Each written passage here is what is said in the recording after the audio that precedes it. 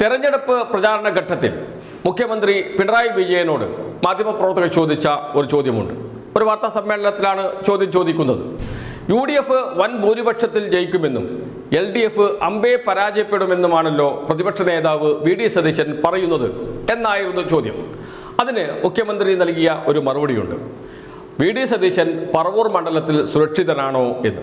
അദ്ദേഹം അവിടെ എന്ന് വെച്ചാൽ പറവൂർ മണ്ഡലത്തിൽ സുരക്ഷിതനാണോ എന്ന ചോദ്യമാണ് മുഖ്യമന്ത്രി തിരിച്ചു ചോദിച്ചത്. അത് അന്ന് വലിയ ചർച്ചയായി മാറിയിരുന്നില്ല. പിന്നീട് മെല്ലെ മെല്ലെ ചർച്ചയിലേക്ക് വന്നിരുന്നുവെങ്കിലും അത് കെട്ടടങ്ങി. മുഖ്യമന്ത്രിയുടെ ഒരു സാധാരണ പരാമർശം എന്ന നിലയിലാണ് എല്ലാവരും അതിനെ കണ്ടത്. പക്ഷേ മുഖ്യമന്ത്രി അങ്ങനെ വെറുതെ എന്തെങ്കിലും വിളിച്ചു പറയുന്ന ആളല്ല എന്ന് എല്ലാവർക്കും അറിയാം. എന്തെങ്കിലും കാര്യമുണ്ടെങ്കിൽ മാത്രമേ, അതല്ലെങ്കിൽ പറയുന്നതിൽ വസ്തുതയുണ്ടെങ്കിൽ മാത്രമേ അദ്ദേഹം ഒരു പ്രസ്താവന നടത്താറുള്ളൂ. പ്രത്യേകിച്ച് പ്രതിപക്ഷ നേതാവിനെ കുറിച്ചൊക്കെ ആകുമ്പോൾ സ്വാഭാവികമായും അതിൽ എന്തെങ്കിലും ഉണ്ടാകണം. പക്ഷേ മാധ്യമങ്ങൾ അന്ന് അത് അത്ര കാര്യമായി എടുത്തില്ല. വോട്ടെടുപ്പിന് ശേഷം ഇത് വീണ്ടും ചർച്ചയായി മാറുകയും വോട്ടെണ്ണലിന് തലേ ദിവസം സോഷ്യൽ മീഡിയയിൽ വലിയ ചർച്ചയായി ഇത് മാറുകയും ചെയ്തിട്ടുണ്ട്. മുഖ്യമന്ത്രി പറഞ്ഞതിൽ കാര്യമുണ്ടോ എന്ന ചോദ്യമാണ് സോഷ്യൽ മീഡിയയിൽ ഉയർന്നുകൊണ്ടിരിക്കുന്നത്. ചില കുറിപ്പുകൾ ഇതുമായി ബന്ധപ്പെട്ട് ഫേസ്ബുക്കിൽ വന്നിട്ടുണ്ട്. അതിലൊന്ന് ഇങ്ങനെയാണ്: പ്രതിപക്ഷ നേതാവിൻ്റെ നില സുരക്ഷിതമാണോ എന്ന് ഇലക്ഷൻ പ്രചാരണത്തിനിടയിൽ മുഖ്യമന്ത്രി പിണറായി വിജയൻ ചോദിച്ചത് അത്ര നിസാരമായി തള്ളിക്കളയേണ്ട ഒന്നല്ല. 1996 VD സതീശൻ ആദ്യമായി പറവൂരിൽ മത്സരിക്കുന്നത്. അന്ന് CPIയിലെ P രാജുവിനോട് പരാജയപ്പെട്ടു. 2001 UDF അനുകൂല തരംഗം ആഞ്ഞടിച്ചപ്പോൾ അതേ P രാജുവിനെ 7434 വോട്ടുകൾക്ക് തോൽപ്പിച്ച് സതീശൻ ആദ്യമായി MLA ആയി. തുടർന്നിങ്ങോട്ട് 2006, 2011, 2016, 2021 തെരഞ്ഞെടുപ്പുകളിൽ ഓരോ ഇലക്ഷനിലും ലീഡ് വർദ്ധിപ്പിച്ച് തുടർ വിജയങ്ങൾ നേടി. 1982, 87, 91, 96 തെരഞ്ഞെടുപ്പുകളിൽ തുടർച്ചയായി വിജയിച്ച CPIക്ക് 2001 തോൽവിക്ക് ശേഷം മണ്ഡലം തിരിച്ചു പിടിക്കാൻ കഴിഞ്ഞില്ല. ഇതാണ് മണ്ഡലത്തിൻ്റെ ചരിത്രം. CPIയുടെ മണ്ഡലമായിരുന്നു.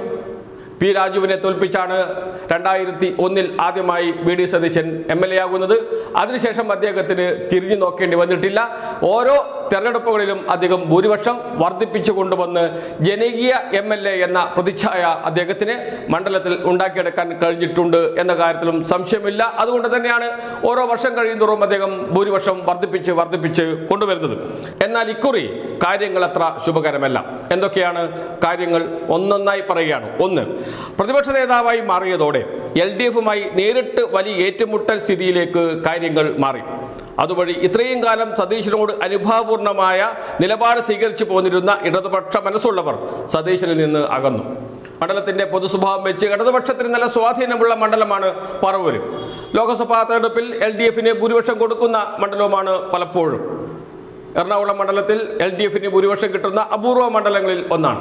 എന്നാൽ നിയമസഭയിലേക്ക് വരുമ്പോൾ VD സതീശൻ UDF സ്ഥാനാർത്ഥി, കോൺഗ്രസ് നേതാവ് വൻ ഭൂരിപക്ഷത്തിന് ജയിക്കുന്ന സ്ഥിതിയുണ്ട്. എന്നുവെച്ചാൽ LDFന് വോട്ട് ചെയ്യുന്ന CPMനോട് അനുഭാവമുള്ളവരൊക്കെ VD സതീശന് വോട്ട് ചെയ്യുന്ന ഒരു സ്ഥിതിയുണ്ട് മണ്ഡലത്തിൽ. അത് ഇടതുപക്ഷ ആഭിമുഖ്യമുള്ളവരിൽ നിന്നുള്ള വോട്ടും കൂടി വാങ്ങിയാണ് ജയിച്ചു വരുന്നത് VD സതീശൻ. എന്നാൽ ഇത്തവണ അതുണ്ടാകാൻ സാധ്യതയില്ല.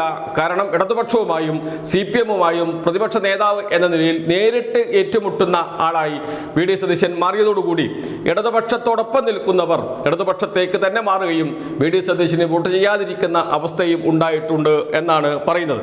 രണ്ടാമത്തെ കാര്യം, മുൻകാലങ്ങളിൽ നിന്ന് വിഭിന്നമായി ഏറ്റവും കരുത്തനായ സ്ഥാനാർത്ഥിയെ സതീശന് എതിരെ CPI രംഗത്തിറക്കി. അത് പ്രധാനപ്പെട്ട കാര്യമാണ്. ടൈസൺ മാസ്റ്ററാണ് സ്ഥാനാർത്ഥിയായി മത്സരിക്കുന്നത്. അതുകൊണ്ട് തന്നെ വലിയ പ്രതീക്ഷ CPIയും LDFും വെച്ചു പുലർത്തുന്നുമുണ്ട്. CPM ഏരിയ നേതൃനിരയിൽ വന്ന തലമുറ മാറ്റവും പുതിയ ഏരിയ സെക്രട്ടറി TB നിധിന്റെ നേതൃത്വത്തിൽ സംഘടനാ പ്രവർത്തനങ്ങൾ കാര്യക്ഷമമായി മുന്നേറിയത് ഇടതുപക്ഷ പ്രവർത്തനത്തിന് പ്രത്യേക മുതൽക്കൂട്ടായി. നാലാമത്തെ കാര്യം, CPIയിലെ വിഭാഗീയ തർക്കങ്ങൾ ഇല്ലാതെ CPI ഒരുമിച്ച് നിന്നതിൻ്റെ മാറ്റം പ്രകടമാണ്. അവിടെ CPIയിൽ വലിയ ഗ്രൂപ്പ് തർക്കവും ഒക്കെ ഉണ്ടായിരുന്നു. അത് ഒന്നും ഇത്തവണ ഉണ്ടായില്ല എന്നാണ് പറയുന്നത്. അഞ്ചാമത്തെ കാര്യം, VD സതീശന്റെ അടുത്ത ആളും സതീശന്റെ പിന്തുണയോടെ 2 വട്ടം പറവൂർ മുനിസിപ്പൽ ചെയർപേഴ്സണും KPCC ജനറൽ സെക്രട്ടറിയുമായിരുന്ന വത്സല പ്രസന്നകുമാർ സതീശനുമായി തെറ്റിപ്പിരിഞ്ഞ് BJPയിൽ ചേർന്ന് NDA സ്ഥാനാർത്ഥിയായി സതീശന് എതിരെ മത്സരരംഗത്ത് വന്നു. ഒരു വിമത സ്ഥാനാർത്ഥിയുടെ സ്വഭാവത്തിലേക്ക് അത് മാറിയിട്ടുണ്ട്. കോൺഗ്രസിൽ നല്ല സ്വാധീനമുള്ള VD സതീശന്റെ ഏറ്റവും അടുത്ത അനുയായിയായിരുന്ന ആളാണ് BJP സ്ഥാനാർത്ഥിയായി മാറിയിരിക്കുന്നത്. സ്വാഭാവികമായും കോൺഗ്രസിൽ നിന്ന് കുറച്ച് വോട്ടുകൾ വിമല പ്രസന്നകുമാറിന് അനുകൂലമായി ലഭിക്കാൻ സാധ്യതയുണ്ട്. അത് VD സതീശന് തിരിച്ചടിയാകാൻ സാധ്യതയുണ്ട്. NSS SNDP സംസ്ഥാന നേതൃത്വങ്ങളുമായി പരസ്യമായി ഏറ്റുമുട്ടിയതിന്റെ പേരിൽ മുൻകാലങ്ങളിൽ ഏകപക്ഷീയമായി സതീശൻ ലഭിച്ചുകൊണ്ടിരുന്ന NSS SNDP വോട്ടുകൾ ആ അളവിൽ സതീശന് ലഭിക്കാൻ പ്രശ്നങ്ങളുണ്ട്.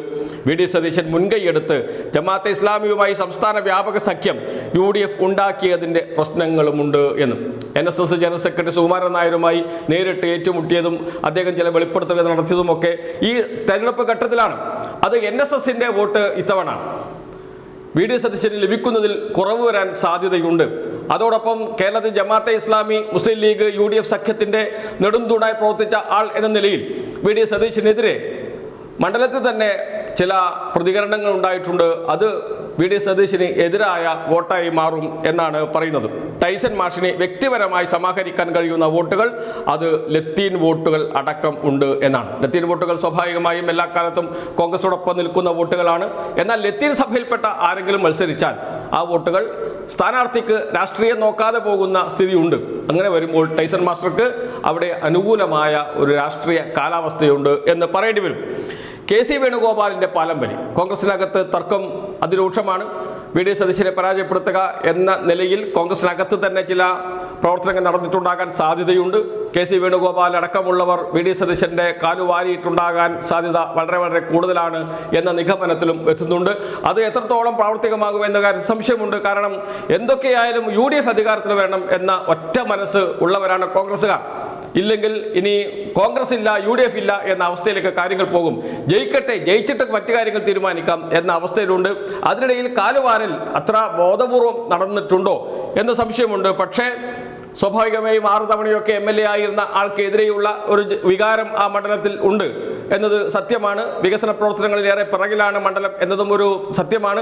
ഇതെല്ലാം കണക്കെടുത്തുകൊണ്ട് കോൺഗ്രസിലെ ഒരു വിഭാഗം VD സതീശന് എതിരെ വോട്ട് ചെയ്യും, VD സതീശന്റെ കാലുവാരും എന്ന നിഗമനത്തിലും എത്തുന്നുണ്ട്. ഈ ഗ്രൂപ്പ് കളി അത്ര നിസ്സാരമായി കാണേണ്ട ഒന്നല്ല. KC വേണുഗോപാൽ ആസൂത്രണം ചെയ്ത കളി അവിടെ വിജയിച്ചാൽ ഇക്കുറി പറവൂരിൽ സതീശന് അടിതെറ്റും. 2001 മുതൽ തുടരുന്ന വിജയക്കുതിപ്പിന് തിരശ്ശീല വീഴും. സതീശന്റെ ലീഡ് 2021 അപേക്ഷിച്ച് ഇക്കുറി ഗണ്യമായി കുറയും എന്നതിന് അപ്പുറം സതീശൻ പരാജയപ്പെടുമെന്ന് ഞാൻ കരുതുന്നില്ല. പക്ഷേ മുകളിൽ പറഞ്ഞ കാര്യങ്ങൾ എല്ലാം ഒത്തിണങ്ങി വന്നാൽ VD സതീശൻ ഇക്കുറി പറവൂരിൽ പരാജയപ്പെടും.